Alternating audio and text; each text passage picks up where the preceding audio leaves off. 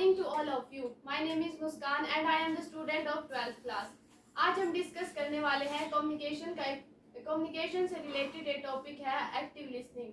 आज हम डिस्कस करेंगे कि एक्टिव लिसनिंग होता क्या है, एक्टिव लिसनिंग हमारे लिए इम्पोर्टेंट क्यों है। तो आज का हमारा टॉपिक है active listening.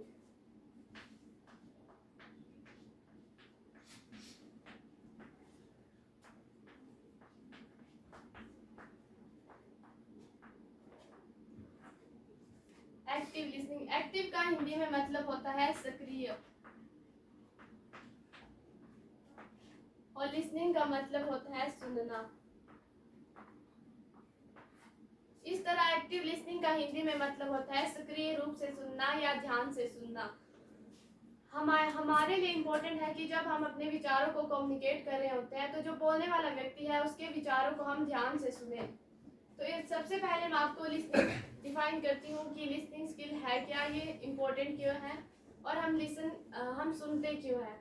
Every effective conversation start with listening skill. हमारी प्रत्येक बातचीत जो होती है वो हमारी सुनने वाली क्रिया से शुरू होती है, लिसनिंग स्किल से स्टार्ट होती है। लिसनिंग स्किल हमारे लिए बहुत इंपॉर्टेंट है क्योंकि हम बोलने वाले व्यक्ति के विचारों को अगर सुनेंगे नहीं तो उसके विचारों का, उसके प्रश्नों का आंसर कैसे दे पाएंगे और उसकी समस्याओं का हल कैसे कर पाएंगे। इसके भी कुछ रीजन है कि हम सुनते क्यों हैं। We listen to obtain information, we listen to enjoy, we listen to learn and we listen to maintain relationship.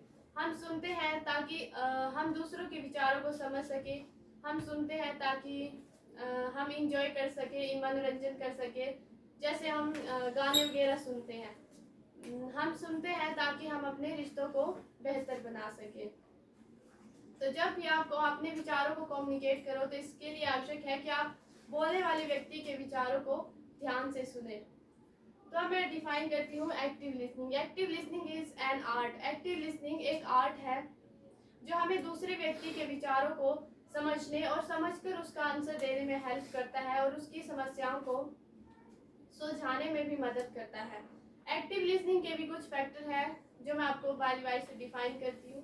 तो इसका पहला फैक्टर है आई कॉन्टैक्ट।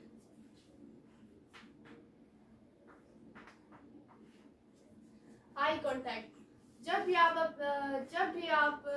दो या दो से अधिक व्यक्ति अपने विचारों को कम्युनिकेट करते हैं तो इसके लिए आवश्यक है कि जो बोलने वाला व्यक्ति है और सुनने वाला व्यक्ति, जो सुनने वाला व्यक्ति है वो बोलने वाले व्यक्ति के साथ आई कांटेक्ट करके उसके विचारों को सुने। अगर वो उसके साथ आई कांटेक्ट करके उसके विचारों को नहीं सुनता है तो इसका मतलब यही निकाला जाता है कि वह बोलने वाले व्यक्ति के विचारों में इंटरेस्ट नहीं दिखा रहा है, रुचि नहीं दिखा रहा है। इसलिए आवश्यक है कि जब भी आप अपने विचारों को कम्युनिकेट करें तो आप बोलने वाले व्यक्ति के साथ आई कांटेक्ट करके ही उसके विचारों को सुने। इसका दूसरा फैक्टर है जेस्चर।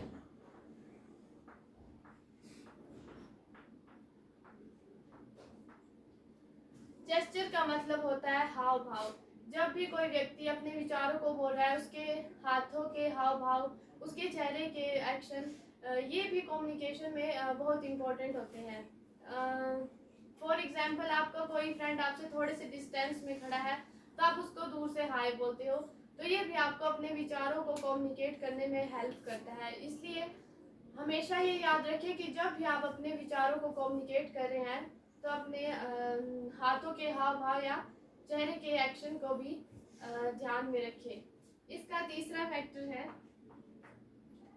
Avoiding distraction.